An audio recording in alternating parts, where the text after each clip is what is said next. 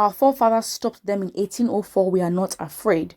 The Benue State Governor Samuel Autumn on Wednesday said the Tiv nation in 1804 fought and stopped the Fulani herdsmen from taking over the state. Autumn, who spoke with BBC Pidgin at the Benue People's House, Makurdi, insisted that they are not afraid to follow the steps of their forefathers. He revealed that herdsmen have a hidden agenda that is triggering their desire to flood the state. According to Autumn, before the enactment of the law prohibiting open grazing in Benue, the Fulani herders were sneaking into the state to enslave the citizens and take over the land.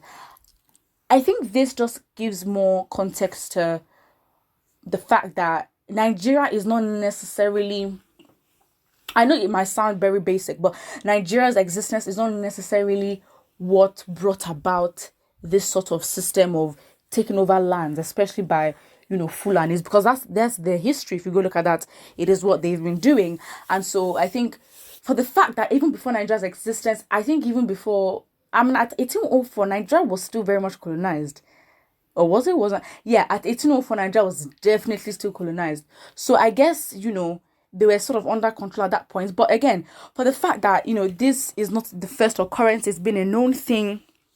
Nigeria's existence just paved the way. It just literally made the circumstances very, very, very achievable for, certain Fulanis and, herdsmen to push the agenda of basically taking over. And at the end of the day, you might say, oh, how can you lay such an accusation? But again, in their history and how they've been able to run, and even in their systems of teachings and all that, it is what it is. And that's what they are known for, because the patterns are consistent.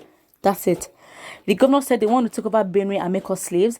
This is what they have been trying since the days of our forefathers. Our forefathers stopped them in 1804. They cannot take over our land. They are coming to Benue to graze cattle. They are only using that as a sign to gain access into the state. God opened my eyes to understand their intentions. I cannot be intimidated because no one can kill me. My life is in the hands of Almighty, because I know that I'm going to do the right thing.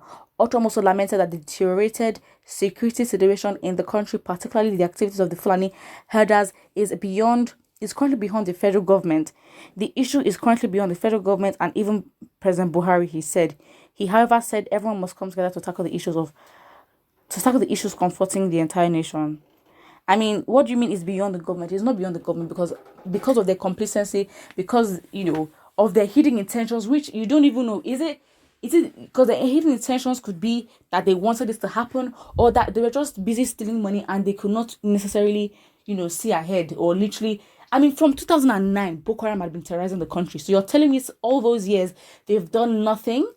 It doesn't make sense. It is definitely not beyond their control. And at the end of the day, yes, coming together means that we all have to take responsibility for the fact that at a time we might have been too selfish to take what was happening in the north seriously from the perspective of the south, and also the government's hand in basically not being proactive enough when all this started. It is very, very sad. But saying the issue is beyond Muhammadu Buhari, why? I mean, it looks like it's beyond him, because he can't even come out to address the nation. So if he can't even belt out a few sentences on what is going on, then obviously the case is beyond him, and the bar is absolutely low, because our expectations of him have just dropped, and this is where we are. But it is what it is. It's sad. Let's look at the reactions here. The first person here says, your forefathers did not just talk, they took actions. Enough to your talking, take action. The only language Fulanis understand is action. Fire for fire, not just talk. True, but again, that is their own prerogative in terms of looking at what their forefathers did, actually, modernizing the ways, because at the end of the day, they can't fight like their forefathers because things have changed. But, that is their, I don't want to say it's their problem, but it's theirs to fix. It's not the responsibilities of anybody else. But yeah, somebody says a house that is divided against itself cannot stand. That is what is affecting them, the Eagles. What do you mean? Okay, let me actually go back. Okay.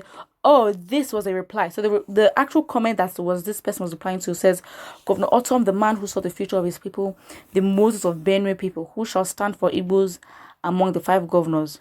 And someone replied, said, jam question. And then another reply says, a house that divides against itself cannot stand. This is what is affecting them, the Igbos. And I think that, for a large part, I know that Igbos are Biafrans and, but are Biafrans, no, I know that Biafrans are Igbos, but are some Igbos claiming to be Biafrans? And I think that's the real question here. Biafrans, I say they are very, very united, but then if you look at the whole area on who is Igbo or who is not Igbo, that's a whole new conversation. But then again, you have some people from Igbo descent that are like, I don't support Biafra. And it's like, but then Biafra is the only united and efficient Igbo organization that I know. I mean, that is existing in the whole country. So, fam, someone here says they are cowards. They can't fight conventional war. Come at night when people are sleeping. Let's be prepared for war. I will enjoy it. And someone says, I've been laughing, longing for a genocide site. Though that must be only Fulanis. I am loving it. What? Maybe I'm not understanding this properly, but I do not even want to go there. Someone says, you people made a grievous mistake by romancing with the killers, Fulanis, even to the extent of helping them to fight against peaceful people of Biafra during the civil war.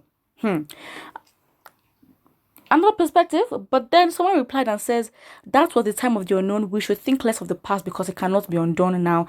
Let's face the task ahead. That is true, but you have to understand that the workings and the foundations set in the past set the precedence for what is happening right now.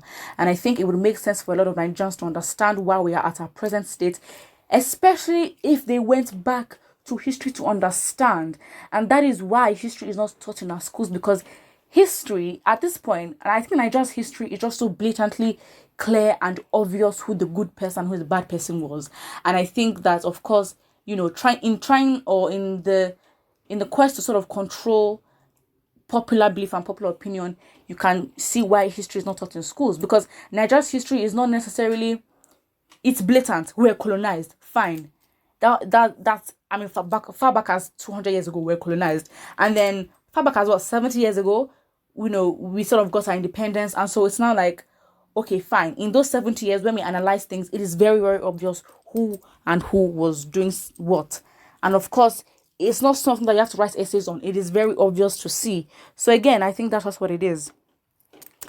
Someone here says, in reply to that comment as well, we all know that some set of people are behind the 1966 constitutional restructuring that led to this dead end. I think finger pointing will not help anybody. We should all call for a referendum and solve these present situations we all find ourselves. But are we united enough? Because we always say this referendum, but are we actually very serious? Because I think that right now Nigerians are in a state of, I don't even know what the state is, but I just know that they're not doing anything about the situation. And this whole cycle of complaining gets me on my nerves. Like, it literally gets my gears grinding, because it's like, from generation to generation, just that cycle of just talking and inaction has led to, that mentality being passed on to sort of people. And to be honest, it's so bad, because it gives that mentality that you have to suffer.